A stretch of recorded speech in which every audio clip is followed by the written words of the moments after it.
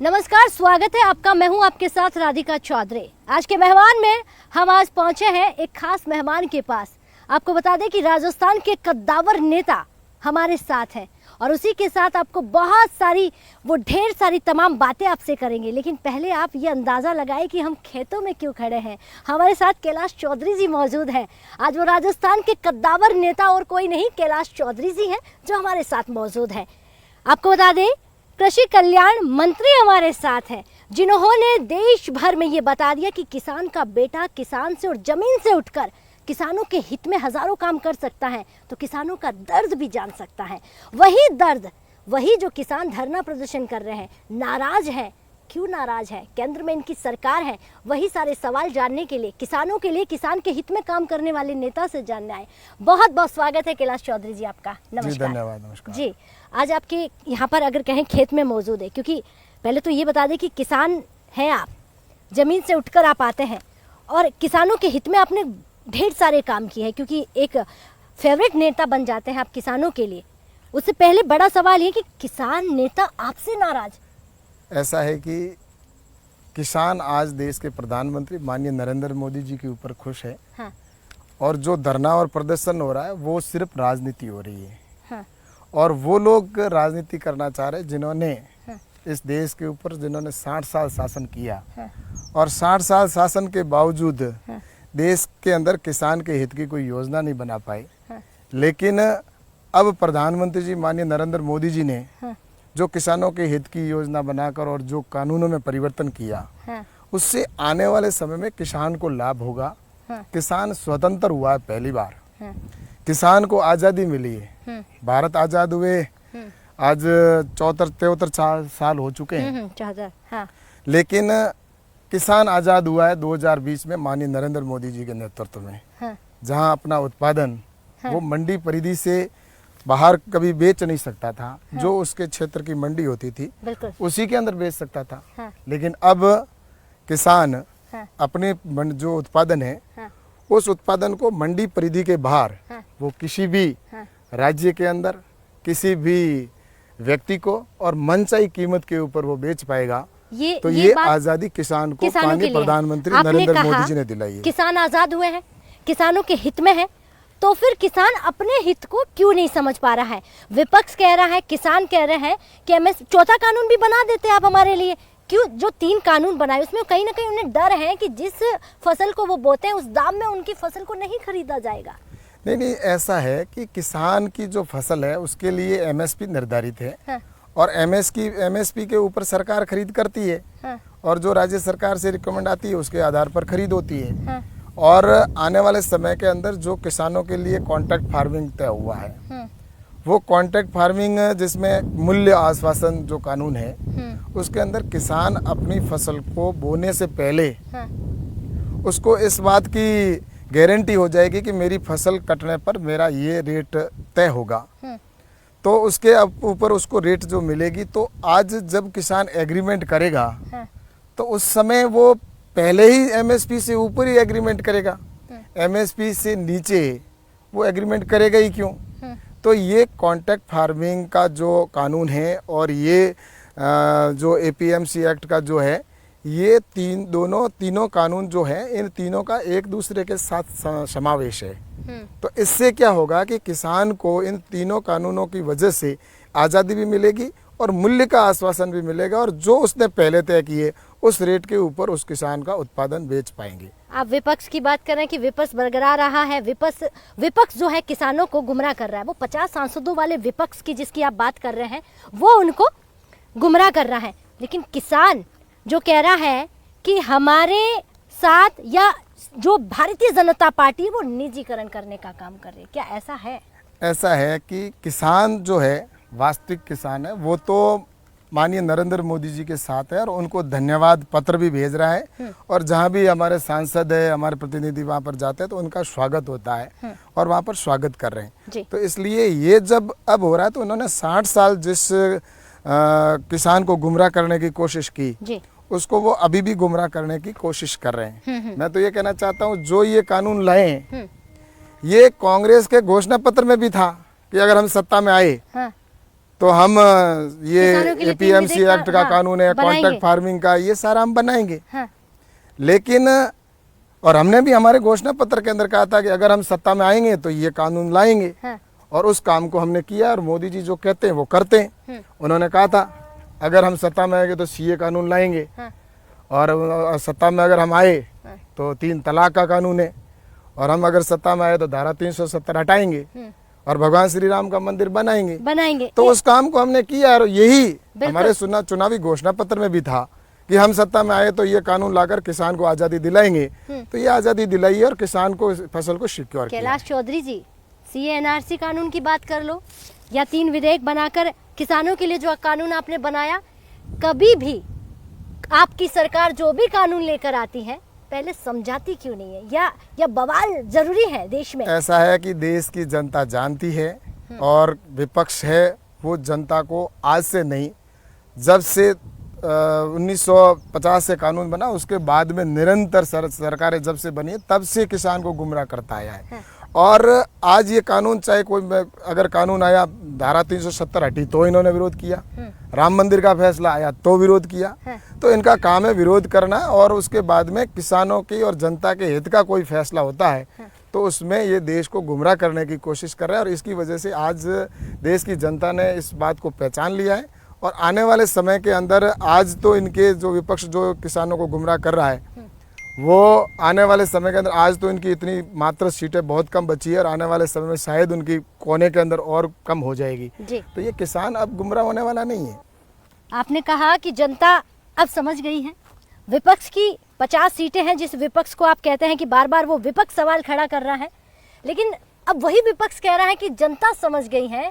आने वाले समय में भारतीय जनता पार्टी को जनता जवाब देगी, और वो क्यों देगी? वो कह रही है कि पलायन करने पर, जिस तरह हम किसान मजदूरों की बात करें, हमारे मजदूर भाइयों की बात करें, वो उसे माफ नहीं करेगी। आपको लगता है ऐसा कुछ होने वाला है? ऐसा है कि जब कोरोना का काल आया, हाँ, तो उस समय देश के अंदर जो परिस्थितियां बनी वो पूरे विश्व के अंदर ये वैश्विक महामारी फैली। हाँ, लेकिन ऐसे समय के अंदर ही माननीय नरेंद्र मोदी जी के सही समय पर सही निर्णय की वजह से जो लॉकडाउन लगाया, हाँ, उसके बाद में आपने देखा होगा कि पूरे देश के अंदर जो फसल थी वो किसान की खेत में थी, और फसल कटाई का समय था। लेकिन फसल कटाई के समय के अंदर प्रधानमंत्री जी ने सही समय पर एडवाइजरी जारी करके और किसानों के लिए फसल कटाई की परमिशन दी, और किसान ने सही समय पर फसल काटी। और फसल काटने के बाद उसको उसमें छूट ये भी रखी कि मजदूरों की भी छूट रखी, और मजदूर की छूट के अतिरिक्त उसके अंदर मशीनरीज की भी छूट, दूसरे राज्य से मशीनरीज आ सकती है कटाई के लिए, और खाद की और जो पेस्टिसाइड की दुकान है उसके अंदर भी छूट रखी। तो इस तरह से, और उसी दौरान खरीद भी समय पर हुई, और पूरे देश के अंदर सही समय पर खरीद हुई, और जिसकी वजह से जो उत्पादन पिछले साल उत्पादन हुआ था उससे इस बार 44% अधिक उत्पादन हुआ है। तो इससे साफ जाहिर होता है कि देश के किसान ने फसल को बोया, और उसमें उत्पादन जो इस कोरोना की परिस्थितियों के बावजूद भी सही समय पर फसल काटने का जो प्रधानमंत्री जी का निर्णय था, उसके बाद में फसल भी कटी, और समय पर जो सरकारी खरीद होनी चाहिए वो खरीद भी हुई। और साथ ही ये कह सकते हैं कि जो लेबर बाहर गई थी, तो उन लेबर को भी जब वापस आई तो उनके लिए नरेगा के अंदर भी, विशेषकर नरेगा के अंदर अलग से बजट का प्रावधान किया गया, और उसके बाद में आज रिकॉर्ड जो बाहर से आए उनके नरेगा के अंदर लेबर को उनको रोजगार दिया गया है। और इस तरह से कह सकते हैं कि आने वाले समय के अंदर भी निश्चित रूप से प्रधानमंत्री जी की यही सोच है कि किसान समृद्ध हो, देश का युवा मजबूत हो। इसलिए कृषि के अंदर भी जो 1 लाख करोड़ रुपए एग्रीकल्चर इंफ्रास्ट्रक्चर के ऊपर भी खर्च होगा, तो जिससे किसान के बेटे को रोजगार मिलेगा, खुद रोजगार स्थापित करेगा। तो इस तरह से प्रधानमंत्री जी का 10,000 एफपीओ बनाने का भी लक्ष्य है। ये सारी चीजें जब होगी, धरातल पे आएगी, तो निश्चित रूप से किसान आत्मनिर्भर बनेगा। ठीक है, जब धरातल पर उतरेगी, किसान समझ रहा है, जनता समझ रही है, समझ वो नहीं रहा है जो विपक्ष में बैठा हुआ है, उसको समझाने की पूरी कोशिश की जा रही है, और ये आने वाला समय तय करेगा, ऐसा कहना है भारतीय जनता पार्टी, या यूं कहें हमारे साथ मौजूद है मंत्री जी का कहना है। लेकिन अगर कैलाश चौधरी जी, बड़ा सवाल तो यहाँ पर ये भी बन रहा है, लगातार अगर मैं यहाँ पर एक सवाल किसानों को लेकर करूँ, क्योंकि कृषि से जुड़ा है, ये मुद्दा और आप किसानों पर बहुत बेहतर काम कर चुके हैं, किसानों के हित में काम कर चुके हैं। इस वक्त ये सवाल यूँ बन जाता है कि जितने भी हमारे किसान भाई हैं उनके लिए इस कोरोना में, इस कोविड-19 में, क्योंकि हमारे किसान जो अन्न के भंडार हैं उन्होंने खाली नहीं होने दिए, आपने उनके लिए क्या किया? कौन सी ऐसी रणनीति बनाई जिससे किसानों का भला हो सके?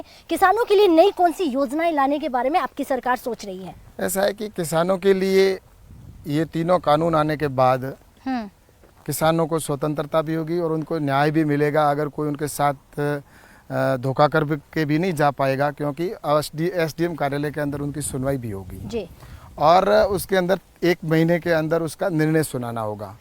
ये सारे इस कानून को लाने के पीछे कारण यही है कि किस प्रधानमंत्री जी का जो लक्ष्य है कि 10,000 एफपीओ बनेंगे, जो किसानों के समूह बनेंगे और वो किसान अपने उत्पादन का संगठित होकर और खुद प्रोसेसिंग यूनिट लगाएंगे और खुद किसान है वो प्रोसेसिंग यूनिट लगाने के बाद उसके अंदर खुद पैकिंग करेंगे और उसके एक्सपोर्ट भी करेंगे। तो इस तरह से किसान जब 10,000 एफपीओ बनेंगे, उसके लिए सरकार की तरफ से योजना ये रखी है कि जो एफपीओ बनेगा उसको लगभग 33 लाख रुपए की सहायता दी जाएगी और उसमें 33 लाख के अतिरिक्त उनका जो प्रोसेसिंग के लिए जो प्रोजेक्ट होगा उस प्रोजेक्ट के ऊपर उनको चाहे वो कितना भी 2 करोड़ 5 करोड़ जो भी प्रोसेसिंग यूनिट लगेगी तो उसका भी उसमें प्रावधान किया गया है। तो इस तरह से उनको मिलेगा और उसमें सब्सिडी का भी प्रावधान है और 2 करोड़ रुपए की बैंक गारंटी का भी रखा है। तो ये जब चीज़ें सारी आएगी और युवा सब किसान और संगठित होकर अपनी प्रोसेसिंग को जो प्रोडक्ट है, अपनी जो फसल है, अपनी जो क्रॉप है उसको तैयार करके और जब खुद समूह बनाकर और उसकी पैकिंग करके और एक्सपोर्ट करेगा या अन्य जगह पर जब बेचेगा तो उसका लाभ मिलेगा। नहीं तो आज क्या स्थिति है कि एक किसान अकेला सिर्फ अपने उत्पादन को पैदा करके और सिर्फ बेच सकता है, लेकिन उसकी जब आलू से आलू की चिप्स बनेगी, टमाटर से टमाटर सॉस बनेगा, तो ये चीज़ें जब बनेगी, जैसे फल है तो सब उससे कोई जूस बनाकर किसान अपने खुद के वहाँ पर तैयार करके बेचेगा और तो एक अकेला सारा प्रोजेक्ट नहीं लगा सकता, लेकिन समूह के अंदर जब वो अपना एफपीओ बनाकर करेगा तो उससे उनको लाभ अवश्य मिलेगा। ठीक है। और दूसरा जो आत्मनिर्भर भारत योजना के तहत हमारे कई ऐसे युवा जो हैं जो आने वाले समय के अंदर अपना स्वयं की प्रोसेसिंग यूनिट लगाना चाहेंगे गाँव में, तो उसके लिए भी आत्मनिर्भर भारत योजना के तहत जो युवा अगर प्रोसेसिंग यूनिट लगाना चाहेगा तो उसको लगभग 3 करोड़ रुपए तक का उसमें सरकार की तरफ से दिया जाएगा और मदद मिलेगी और उसके अंदर 3 करोड़ के अतिरिक्त उसमें बिना मॉर्गेज है, कोई मॉर्गेज के अंदर उसको डॉक्यूमेंट जमा नहीं कराना पड़ेगा, 3% ब्याज की छूट रखी गई है। तो ये सारी जो योजनाएं बनाई है उससे किसानों को आने वाले समय में और युवाओं को रोजगार भी मिलेगा जी। तो इस दृष्टि से ये योजना बनी है और आने वाले इस जो अवसर है, क्योंकि कोरोना के काल को प्रधानमंत्री जी ने इस आपदा को अवसर में बदलने का काम किया है। तो ये जो निश्चित रूप से मैं कह सकता हूँ कि आने वाले टाइम के अंदर देश का किसान है वो इन योजनाओं के माध्यम से और ये जो कानून तीनों हटे हैं, इन तीनों कानूनों के अंदर जो संशोधन किया है इससे किसान को लाभ अवश्य रूप से मिलेगा। भारतीय जनता पार्टी आने वाले वक्त में बहुत बड़ा एग्जाम्पल देने वाली है किसानों को लेकर। जो किसान नाराज हैं, हताश हैं और जो धरना प्रदर्शन कर रहे हैं उनके लिए एक छोटा सा सवाल, आसान भाषा में समझाइए कि वो नाराजगी छोड़े, वो उनके हित के लिए है। जो विपक्ष आवाज उठा रहा है, इंडिया गेट पर से लाकर ट्रैक्टर तक जला दिया जाता है, उन पर आरोप लगाया जा रहा है, आप आसानी से समझाइए कि किसान समझ जाए। मैंने जैसा पहले भी कहा कि किसान इस बात को समझ चुका है, किसान को पता है। तो वो कौन है जो धरना प्रदर्शन कर रहे हैं, जो थोड़े धरना और जो प्रदर्शन कर रहे हैं वो राजनीतिक लोग हैं और अपनी राजनीति को चमकाने की कोशिश कर रहे हैं और किसान के माध्यम से करना चाहते हैं। बाकी देश का किसान है वो प्रधानमंत्री माननीय नरेंद्र मोदी जी के इस निर्णय के पक्ष में है। विपक्ष आपसे ये पूछ रहा है बार बार और बहुत सारे लोगों का सवाल है कि आप कह रहे हैं कि डिजिटल कर दिया है, सब कुछ ऑनलाइन हो गया, क्या गाँव में, क्योंकि खेती बाड़ी जो है हमारी भारतीय आधी आबादी है जो गांव में बसती है, क्या वहाँ डिजिटल आप कर पाएंगे, वहाँ सारी ऑनलाइन सुविधा दे पाएंगे आप? ऐसा है कि आज ये जो बाजरा है या यहाँ जो अपन मक्के के खेत के बीच में भी खड़े हैं, बिल्कुल यहाँ पे ड्रिप सिस्टम का सिस्टम बना हुआ है। यहाँ डेमोस्ट्रेशन भी हम देते हैं, किसानों को बताते भी है और उसके अंदर सेंसर सिस्टम आ चुका है।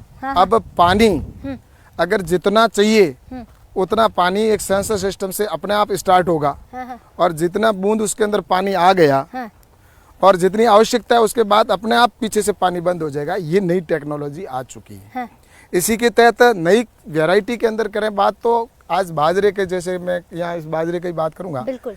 तो बाजरा कहते हैं कि बाजरा 5, 6, 10 दिन बाद में जैसे उसका आटा है वो खट्टा हो जाता है, लेकिन हमारे साइंटिस्टों ने ऐसा कंटेंट डाला अंदर कि अब बाजरे का आटा भी 6 महीने तक खराब नहीं हो सकता। क्या बात है। और जिस तरह से चकले पे रोटी हम बनाते हैं बाजरे गेहूं की, वैसी बाजरे की रोटी से आप बना सकेंगे। तो ये सारे हमारे ICAR के जो साइंटिस्ट है वो भी काम कर रहे हैं, और किसान भी नई नई वैरायटियां निकाल रहे हैं। तो इससे और नई टेक्नोलॉजी के माध्यम से किसान को नई नई मशीनें दी जा रही है, नई टेक्नोलॉजी के माध्यम से वो फसल का उत्पादन करेगा। आज सुविधा के तौर पर प्रधानमंत्री जी ने किसान रेल प्रारंभ की है। आज किसान रेल पूरे देश के अंदर जब चलेगी तो उस किसान रेल के माध्यम से जो उत्पादन, पहले ट्रांसपोर्टेशन का पैसा भी अधिक लगता था, और बहुत समय जब वो फसल वहां तक पहुंचती थी जिस स्थान पर ले जाने होती उससे पहले वो खराब हो जाया करती थी। आज रिपर वैन जैसे जिस तरह से कोल्ड AC सिस्टम है उसके अनुसार पूरे रेल के डिब्बों के अंदर वो सारी व्यवस्था होगी, जिससे कि अगर उत्पादन मान लो किसी स्थान से दूसरे स्थान पर जाएगा तो वहां पर वो उत्पादन जैसा लेके किसान रवाना हुआ वैसा ही उस मंडी तक पहुंच जाएगा। तो ये सारी व्यवस्थाएं सरकार की ओर से निरंतर की जा रही है, ये सब किसानों के लिए की जा रही है। अब विपक्ष है, उनके पास में इतनी सारी योजनाएं, जब प्रधानमंत्री जी ने किसानों के हित की योजना प्रारंभ कर दी तो अब वो पचा नहीं पा रहे हैं, क्योंकि देश का किसान उनके हाथ से निकल चुका है। और किसान ने 60 साल जो धोखा किया था, इस बात को अब किसान के साथ जो उन्होंने धोखा किया था, इस बात को वो समझ चुका है कि किसान की हमारे साथ में कांग्रेस ने 60 साल धोखा किया है। तो अब आने वाले समय के अंदर देश का किसान है वो माननीय नरेंद्र मोदी जी की इन योजनाओं को समझ रहा है, और 10,000 FPO भी बनाने की पूरे देश भर के अंदर हमारे पास मैसेज आ रहे हैं कि सब जगह FPO बन रहे हैं। 1 लाख करोड़ रुपए एग्रीकल्चर इंफ्रास्ट्रक्चर के हैं, वो भी खर्च होंगे।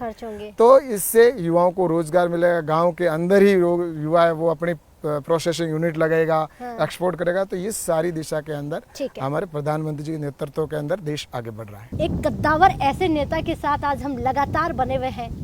खेतों में बाजरे से, धान से, गेहूं या मैं कहूँ हर फसल से हम अंदर से निकलते हुए, हर एक चीज़ से रूबरू होते हुए यहाँ पर आकर बैठकर आपसे एक सवाल और पूछना चाहेंगे, क्योंकि आपने हर एक बात वो बताई। भारतीय जनता पार्टी आप कहते हैं कि जितने भी वादे करती है वो पूरा करती हैं। भारतीय जनता पार्टी के कद्दावर नेता से ही मैं पूछ रही हूँ। नेताजी, 3 तलाक का कानून आपने बनाया, बहुत खूबसूरत है कि महिलाओं के हित में आपने सोचा, लेकिन आंकड़े ये कहते हैं कि 12 या 13 साल में तलाक के मामले सामने आते हैं, या हर 12 मिनट में एक लड़की के साथ अत्याचार होता है, रेप होता है। क्या भारतीय जनता पार्टी इस पर कानून नहीं बना सकती?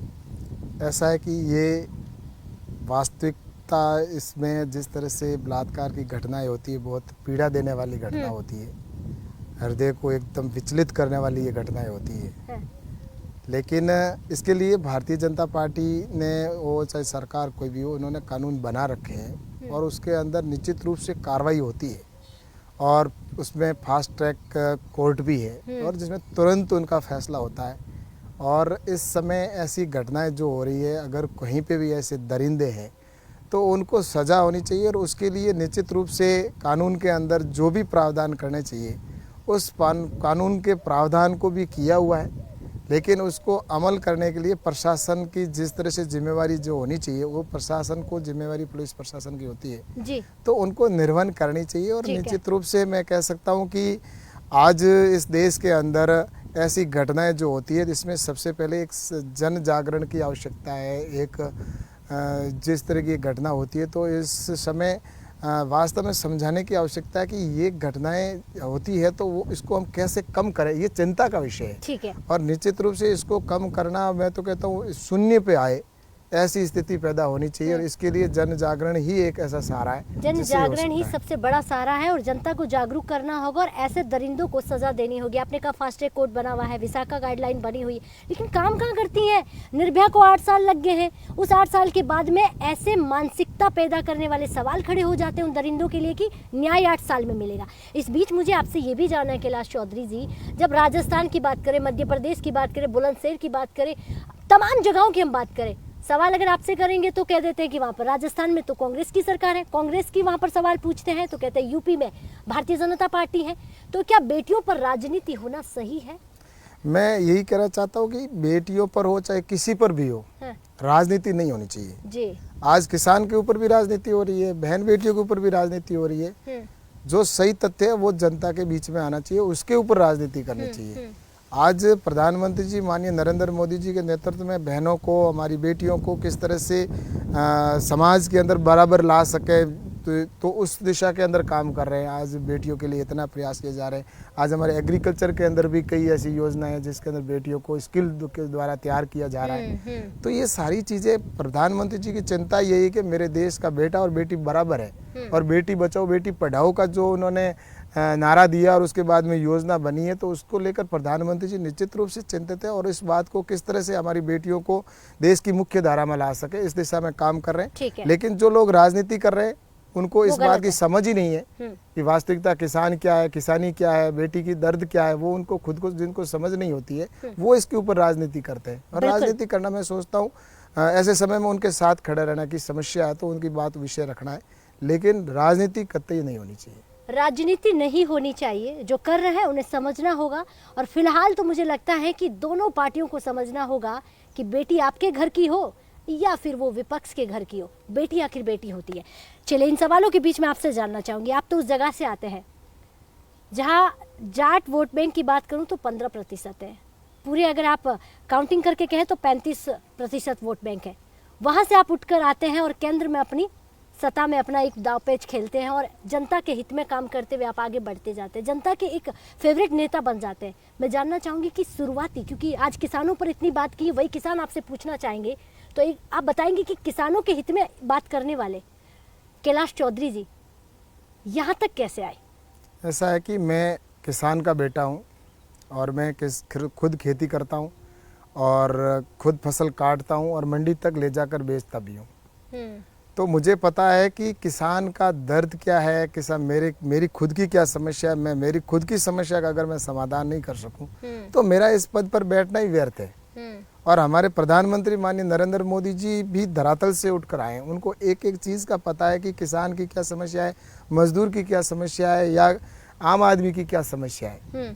तो इस बात को जो समझने वाला जब बैठता है उस जगह पर जहाँ कानून बनता है तो उस जगह बैठेगा तो उस बात को समझेगा और वही कानून जो किसान के हित का होगा या आम आदमी के हित का वो कानून बनेगा। आज ऐसे कई कानून थे जिन कानूनों को ख़त्म करने की आवश्यकता थी, जो जिनका कोई उपयोग नहीं था। आज उन कानूनों को ख़त्म किया, संशोधन करना था तो उन कानूनों का संशोधन किया।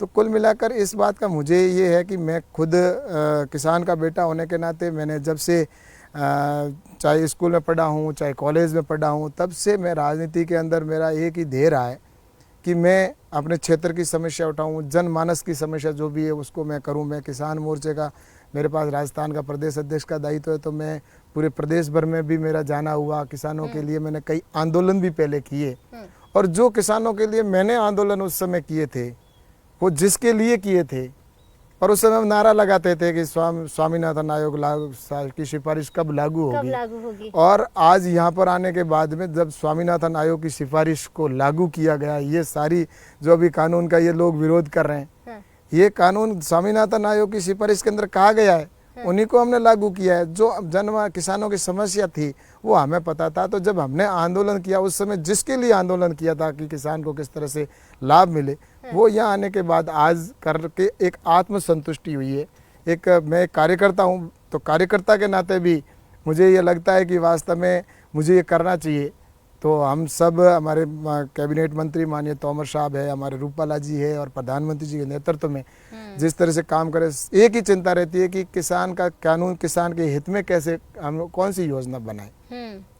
तो जब अधिकारियों के बीच में भी बैठते हैं तो एक ही बात होती है कि किसान का भला कैसे होगा, किसान की चिंता पहले होती है और उसके बाद में आगे की बात आगे बढ़ती है। जी तो बिल्कुल। ये इसीलिए कि मैं किसान हूँ धरातल से और किसान के नाते मेरा धर्म बनता है, उस धर्म भारतीय के जनता निर्वहन पार्टी करने को की कोशिश खेलना कर रहा बहुत हूँ। अच्छे से आता है, जनता की नफ्स को पकड़ना बड़े अच्छे से आता है। हम किसान हैं, हम धरातल से उठकर आए और उधर विपक्ष के पास यही कमी रह जाती है कि वो किसान नहीं है, वो धरातल से नहीं है और आप उस पर अच्छा खेल जाते हैं और किसानों के लिए काम भी कर रहे हैं, लेकिन साथ ही साथ ये बहुत महत्वपूर्ण हो जाता है कि विपक्ष के पास यही बात नहीं है। नहीं, वो समझ होनी चाहिए। उन्होंने देश के अंदर शासन किया है, उन्होंने शासन किया, आज 55 साल शासन किया और उसके बावजूद भी उनको अगर ये पहचान नहीं कि आलू कहाँ पैदा होता है और आलू से क्या बनता है, जी, जिसको ये पता नहीं कि चावल का बीज कैसा होता है, चावल का पौधा कैसा होता है या फसल कैसी होती है, बाजरे की कैसी होती है, मक्के की कैसी होती है, जी, उसको जिसको पता ही नहीं है वो अगर राजनीति के अंदर आकर किसान की बात करेंगे तो सिर्फ वो हंसी मजाक का पात्र ही बनेंगे। बिल्कुल बिल्कुल। जब उनको पता ही नहीं है तो वो योजना भी कैसे बनाएंगे। इसीलिए उनको पता नहीं था, तभी तो कृषि का बजट जो था वो सिर्फ 12-13 हजार करोड़ रुपए उनके समय में था और जब प्रधानमंत्री मोदी जी बने तो आज 1,34,000 करोड़ तक का बजट पहुंच गया। तो उनको पता है कि किसान को किस चीज की आवश्यकता है, किस तरह से किसान आत्मनिर्भर बने, इसके लिए काम किए जा रहे हैं। जो समझ नहीं होगी वो तो हंसी का पात्र बनेगा और बनते जा रहे हैं वो तो। बिल्कुल। तो यहाँ पर अगर बात करें, कैलाश चौधरी जी ने ये कह दिया कि अब जनता को समझना होगा, किसानों को समझ में आ जाएगा, बहुत जल्द से आ जाएगा कि किसानों के हित में काम किया जा रहा है। हम भी यही उम्मीद करते हैं कि आत्मनिर्भर भारत को लेकर जो दावा ठोक रहे हैं भारतीय जनता पार्टी, हर कोई चाहता है कि इस कोविड-19 में एग्जाम्पल के तौर पर भारतीय जनता पार्टी जो कह रही है पूरा भारत विदेशों के लिए एग्जाम्पल सेट करे कि हम इस कोविड में भी आत्मनिर्भर बने हैं। तो आत्मनिर्भरता को लेकर भी एक बड़ा प्रोजेक्ट और बड़े पैनल के साथ काम करने की जरूरत है और आने वाला हर इंसान आत्मनिर्भर बने। उससे पहले किसानों के बारे में हमने सारी जानकारी ली, किसान कैसे आत्मनिर्भर बनेगा, किसानों के लिए जो कानून आया है वो किसानों के हित में है भी या नहीं, वो हमने जाना। और मुझे लगता है कि केंद्रीय मंत्री कृषि कल्याण के हित में बात करने वाले कैलाश चौधरी जी ने जितनी भी बातें बताई है वो किसानों को अब समझनी होगी। अब हर उस इंसान को जानना होगा कि जो कानून बना है वो उनके हित के लिए है भी या नहीं। आज आपने तमाम बातें कही, उसके लिए मैं आपका आभार करूंगी, धन्यवाद व्यक्त करूंगी कि आज हमारे किसानों का एक बहुत बड़ा मुद्दा है जहाँ धरना प्रदर्शन कर रहे हैं, किसान परेशान है, अपने आप को जलाने पर मजबूर हो गए। उन किसानों के लिए जानना बहुत ज़रूरी था। आप किसान परिवार से आते हैं, मैं किसान परिवार से आती हूँ, तो कहीं ना कहीं किसानों के लिए बात करना बहुत ज़रूरी था। तो चलिए, इसमें जी मेरा किसानों से एक ही आग्रह है जी कि किसान अपना जो उत्पादन है उसका FPO बनाए, ठीक है, फार्मर प्रोड्यूसर ऑर्गेनाइजेशन बनाए हाँ, और ग्रुप बनाकर अपने वहाँ पर प्रोसेसिंग यूनिट लगाए। इसके लिए जो भारत सरकार की योजना है वो उसका लाभ ले। ठीक है। तो ये मेरा किसानों से आग्रह रहेगा, पूरे देश भर के सभी किसानों से, क्योंकि जब किसान का सहयोग मिलेगा तभी भारत सरकार की योजनाएं वो जनता तक पहुंचेगी। आज चाहे आत्मनिर्भर भारत की बात है या ये जो FPO बनाने का विषय है, तो इस चीज़ को भी मेरा सभी देश के किसानों से कहना है।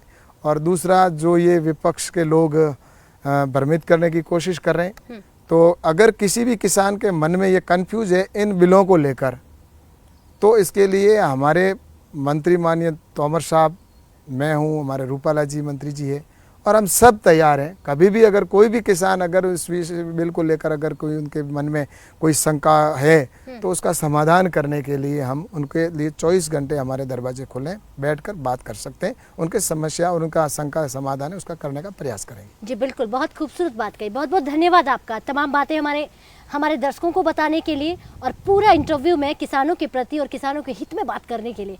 बहुत महत्वपूर्ण हो जाता है यहाँ किसानों की बात करना, बहुत महत्वपूर्ण हो जाता है इस राजनीति के बीच किसानों के बारे में और किसानों के हित में जानना। तो चलिए, आज के मेहमान में हमारे साथ कैलाश चौधरी जी मौजूद थे, केंद्रीय मंत्री और किसान कल्याण के राज्य मंत्री हमारे साथ मौजूद थे। बहुत बहुत धन्यवाद के साथ मुझे दीजिए इजाजत।